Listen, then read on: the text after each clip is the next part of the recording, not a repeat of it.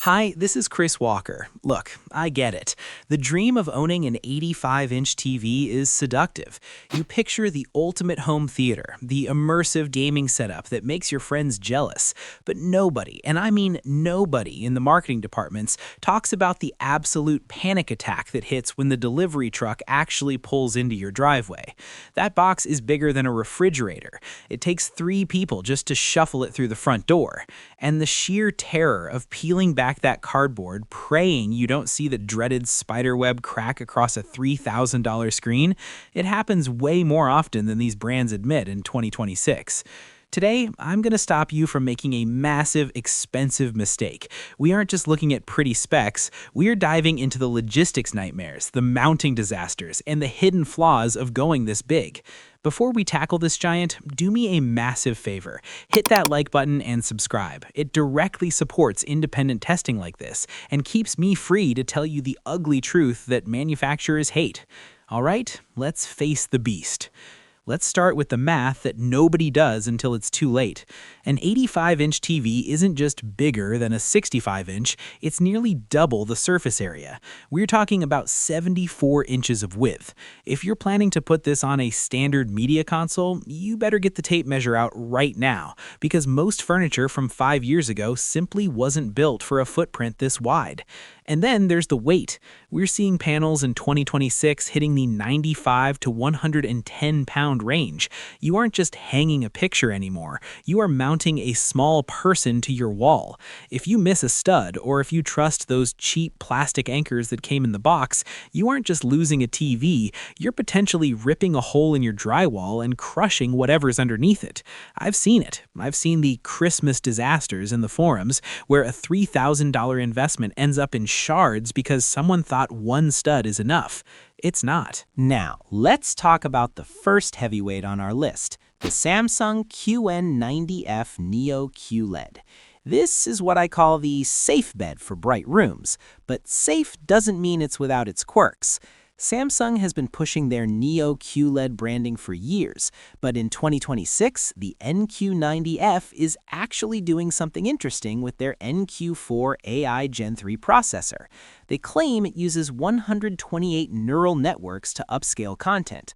Marketing fluff? Mostly. But in the real world, when you stretch a 1080p YouTube video or a standard Netflix stream across 85 inches, every single flaw is magnified. This is where the NQ90F actually earns its keep. The AI sharpening here isn't that weird, oily soap opera look we used to get. It's subtle. It manages to make older content look like it actually belongs on a screen this massive without looking like a digital painting. Here's the thing that really separates this model from the pack: the glare-free coating. Samsung got this verified by UL Solutions, and honestly, it's the best in the business right now. If your living room has floor-to-ceiling windows, or if you've got those annoying recessed lights that reflect right in the middle of the screen during a movie, this is your solution. Most TVs at this size act like a giant black mirror when they're off, but the NQ90F eats reflections for breakfast. You can actually watch a dark scene in The Batman at 2 p.m. on a Tuesday without seeing yourself eating chips in the reflection. But, and there is always a but with me, let's talk about the mini LED blooming. Because this is a 4K panel and not 8K, the local dimming zones are high. We're talking thousands, but they aren't infinite like an OLED. If you're watching a movie with subtitles, you will see a slight hazy glow around the white text against a black background. Samsung's algorithm tries to hide this by crushing the blacks a little bit, which means you might lose some shadow detail in very dark scenes. It's a trade-off. Do you want the searing 2000+ nit brightness that can compete with the sun, or do you want the perfect blacks of an OLED? For the gamers out there, the QN90F is a beast. It supports 165 Hz refresh rate. Now, I know what you're thinking. Chris, my PS5 only does 120 Hz. You're right, but if you're hooking up a high-end PC rig in 2026, that extra headroom matters. The input lag is sitting under 10 milliseconds in game mode, which is basically instantaneous. It also features the new Game Bar 4.0, which lets you see your FPS in real time and even zoom in on the minimap. It's overkill for Animal Crossing, but for Call of Duty or Apex, it's a genuine advantage. Now, before we move on to the LG and the Cinema King from Sony, I want to hear from you. This tech moves fast, and I can't cover everything in one go. What specific gear are you looking to buy this year? Is there a specific projector or a soundbar setup you want me to put through the ringer next? Drop a comment below. I read them, and they literally shape the next 6 months of this channel's testing schedule. Seriously, tell me what you need to know. Alright, so the Samsung is the bright room king. But what if you've spent thousands on a dedicated basement theater? What if you don't care as much about brightness as you care about that ink black cinematic look? That's where the conversation shifts entirely. We start getting into the territory of the LG G5 OLED. And look, if the Samsung was a safe bet, the LG G5 is a luxury statement. The G5 is part of LG's Gallery series, meaning it's designed to be wall-mounted. It doesn't even come with a stand in the box. It comes with a specialized flush mount bracket. If you try to put this on a table, you're going to have to spend another couple $100 on the optional feet. But once it's on the wall, it looks like a piece of art. It's less than an inch thick. At 83 inches, because LG does 83 instead of 85 for their OLEDs, it is breathtaking. But OLEDs have always had one Achilles heel: brightness, or at least they used to. In 2026, LG is using the third generation of their micro lens array technology, or MLA+. Essentially, they've put billions of microscopic lenses on top of the OLED pixels to redirect light that used to get lost inside the panel. The result? This thing can now hit peaks of 1800 nits. That's insane for an OLED. We're finally at the point where you don't have to choose between perfect contrast and visible in the daytime. However, I have to be the bearer of bad news regarding the software.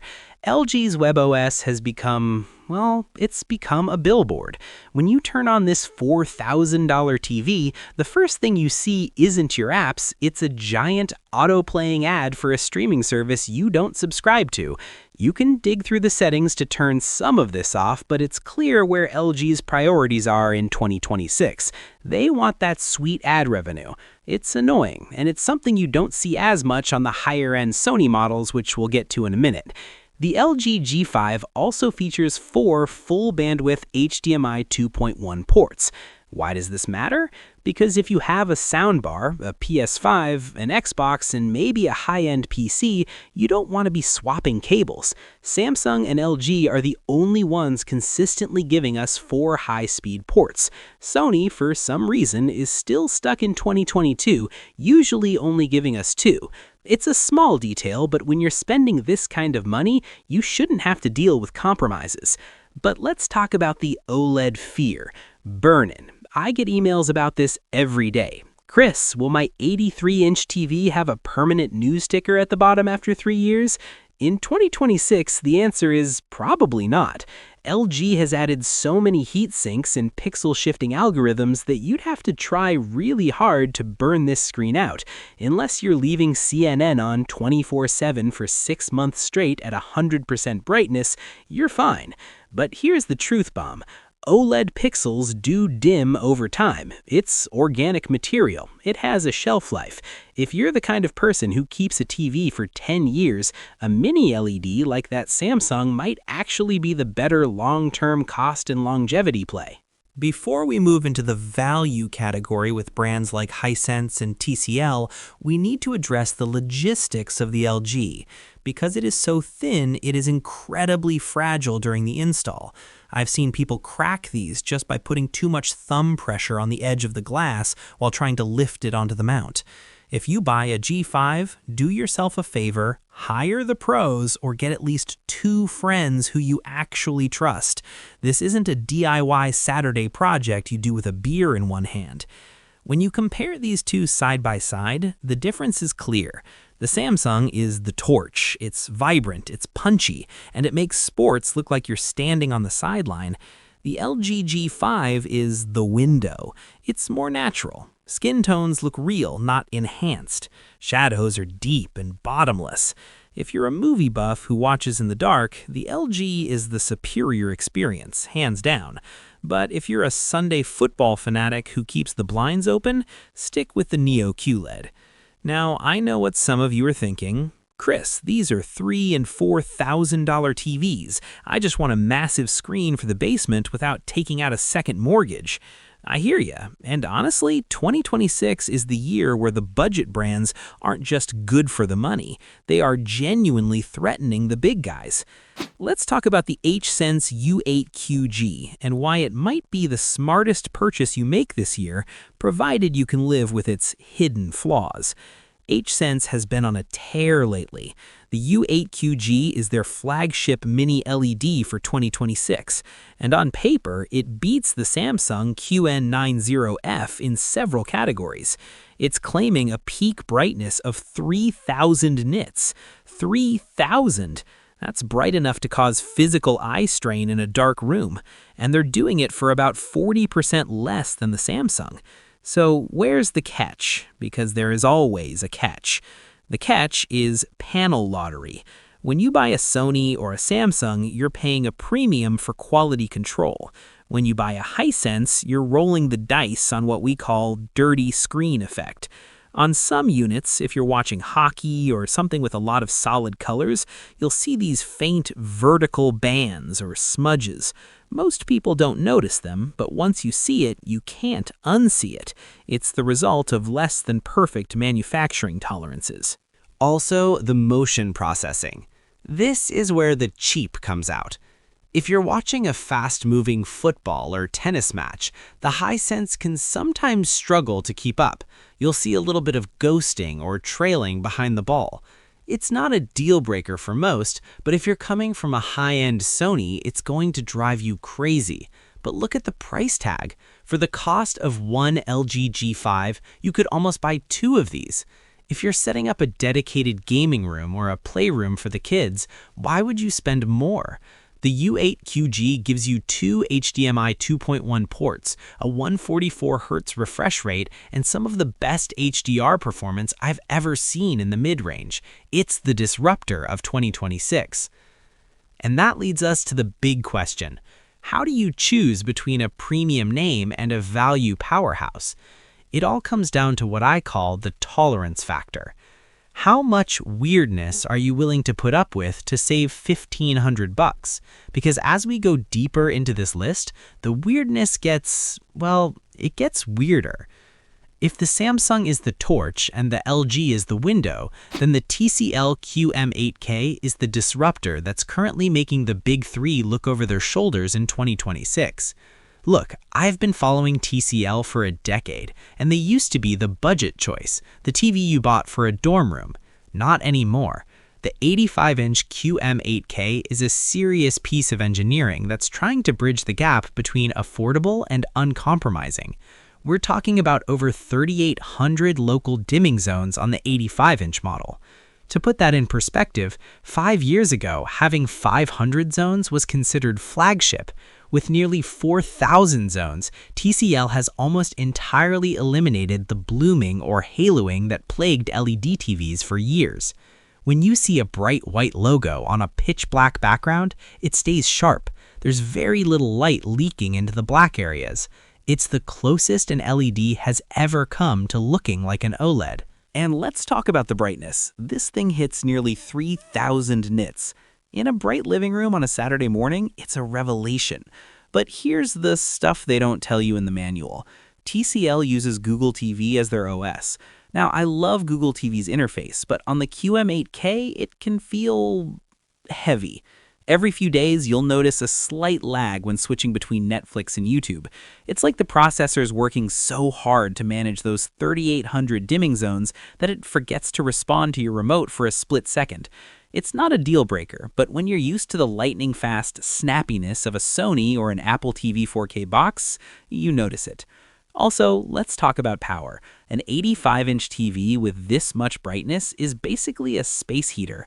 If you're running the QM8K at full HDR brightness for a 3-hour movie, you will actually feel the heat radiating off the glass if you stand close to it.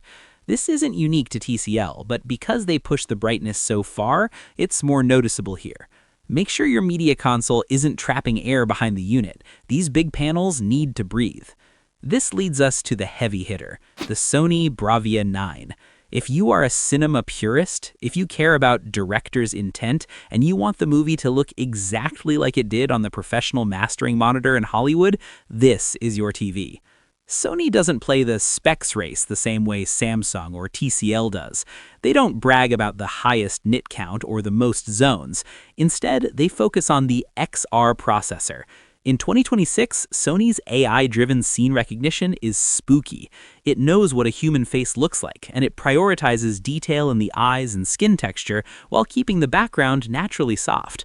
On an 85-inch screen, this is critical. Lesser TVs will over-sharpen everything, making the whole image look like a harsh digital mess. Sony understands that sometimes less is more. But, and this is a massive I wish I knew this before buying, Sony is still doing that thing that drives me absolutely insane. Even in 2026, on their most expensive 85-inch flagship, they only give you 2 HDMI 2.1 ports, and one of those is your eARC port. So, if you have a high-end soundbar, you only have one port left for a PS5 or an Xbox Series X that can handle 4K at 120 Hz. If you're a multi-console gamer, you're going to be buying a separate HDMI switch or a high-end receiver just to manage your devices. Why? Why does a TV that costs this much force you to compromise on ports?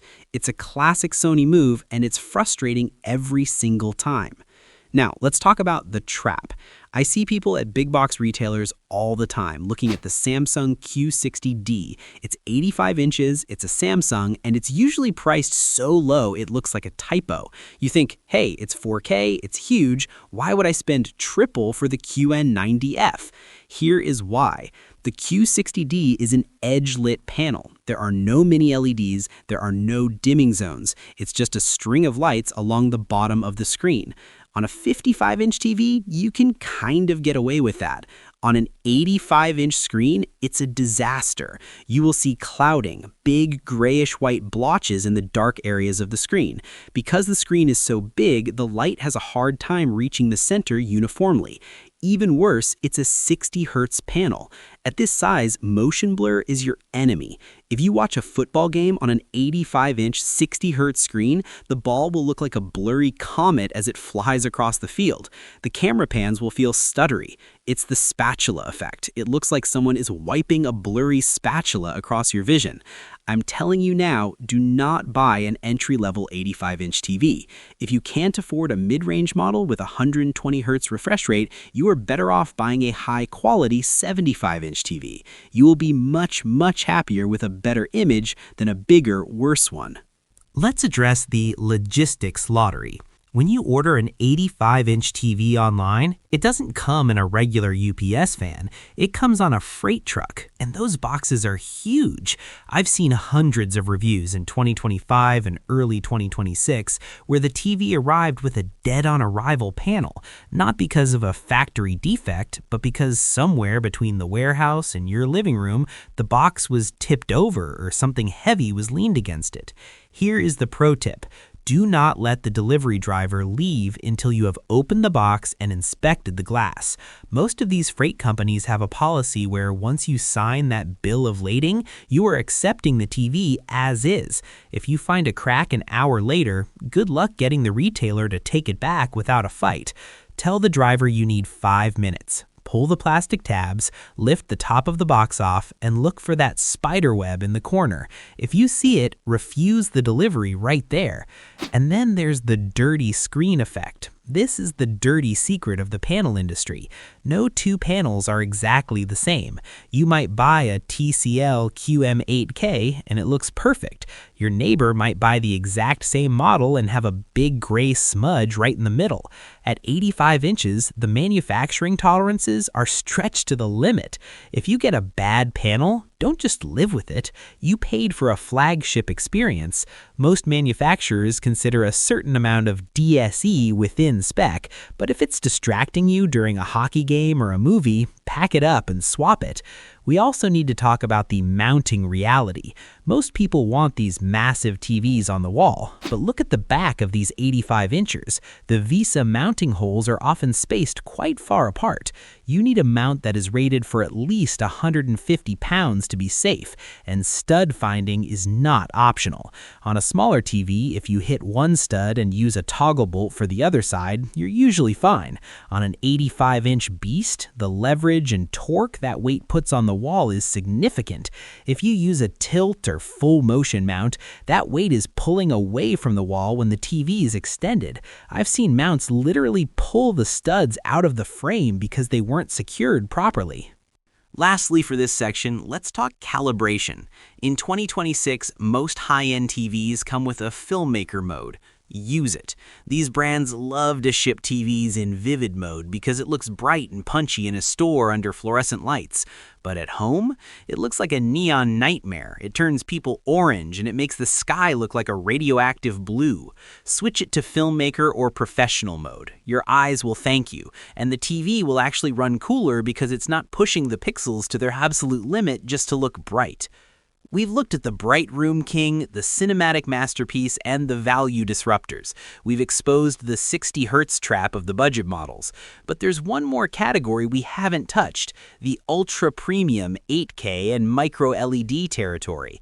Is 8K actually a thing in 2026, or is it still just an expensive way to watch 4K content? And when we sum all of this up, which one should actually get your hard-earned money? Now, we have to address the elephant in the room, 8K.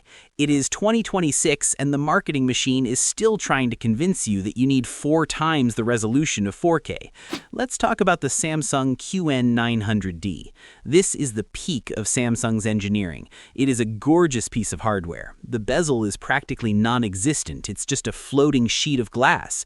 But here is the Chris Walker reality check. There is still almost zero native 8K content, no 8K Netflix, no 8K gaming. So why would you buy it? Samsung's pitch is the 8K AI Upscaling Pro.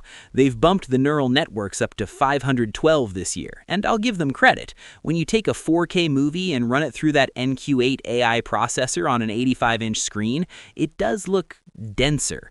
It's hard to describe until you see it, but the pixels are so small that the image feels more analog and less digital, but you are paying a massive early adopter tax. Is that extra 10% of perceived sharpness worth an extra $3,000? For 99% of you, the answer is a hard no. Unless you're sitting 3 feet from your 85-inch TV, which please don't do that, your eyes physically cannot resolve that extra detail. And that leads me to the size trap. In 2026, we're seeing 98-inch TVs dropping under $3,000. You'll see them in the aisle and think, wait, why would I buy a fancy 85-inch when I can get a 98-inch for the same price? Here's the truth. At 98 inches, the flaws of a cheap panel are impossible to hide. If the backlight isn't perfect, you'll see massive patches of gray in dark scenes. If the processor is weak, 4K content will look soft and mushy. I would take a high-end 85-inch Sony Bravia 9 over a budget 98-inch any day of the week. Quality beats quantity once you cross the 80-inch threshold. So, let's wrap this up. We've looked at the giants, we've exposed the marketing myths. Now it's time for the verdict. Who should actually buy what? Look, I've spent hundreds of hours staring at these screens so you don't have to. Buying an 85-inch TV is a commitment. It's a logistics challenge. It's a mounting project. And it's a significant hit to the bank account. But if you get it right, it changes how you experience everything.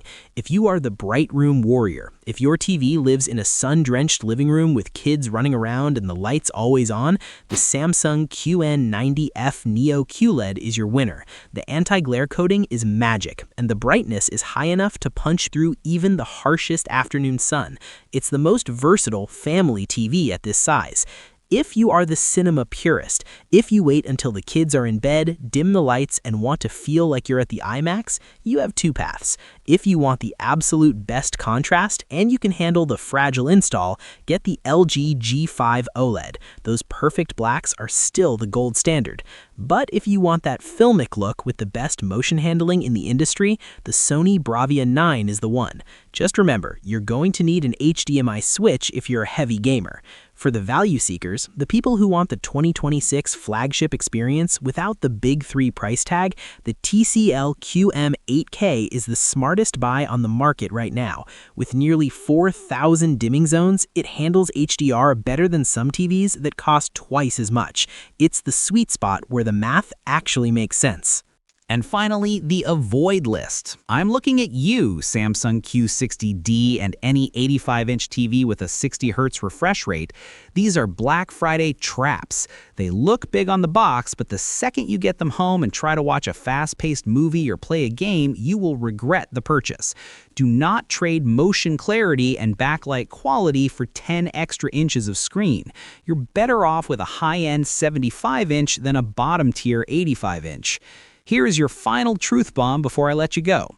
In 2026, these TVs are not just displays, they're data harvesting machines. When you set up your new TV, it will ask you to agree to automatic content recognition, or ACR. Say no. It's a fancy way of saying the TV is going to watch everything you watch, even if it's from a DVD or a private file, and sell that data to advertisers. You've already paid thousands for the hardware, you don't need to pay with your privacy too. Also, keep your boxes. I know an 85-inch box is basically a small apartment, but if that TV has a warranty issue in year 2, most manufacturers will only ship it back if it's in the original packaging. If you throw it away, you might find yourself paying $300 just for a replacement box from a third party. I've put links to all the vetted models we discussed today in the description below. I've personally verified these listings to make sure they're the 2026 revisions and not older stock that brands are trying to clear out. Using those links is the safe path to avoid the hardware traps I've mentioned, and it helps me keep this channel 100% independent. Buying an 85-inch TV is the ultimate treat-yourself moment. Just do the prep work. Measure your wall, find the studs, and for the love of everything, check the panel before the driver leaves. This is Chris Walker. Thanks for trusting me with your tech. I'll see you in the next one.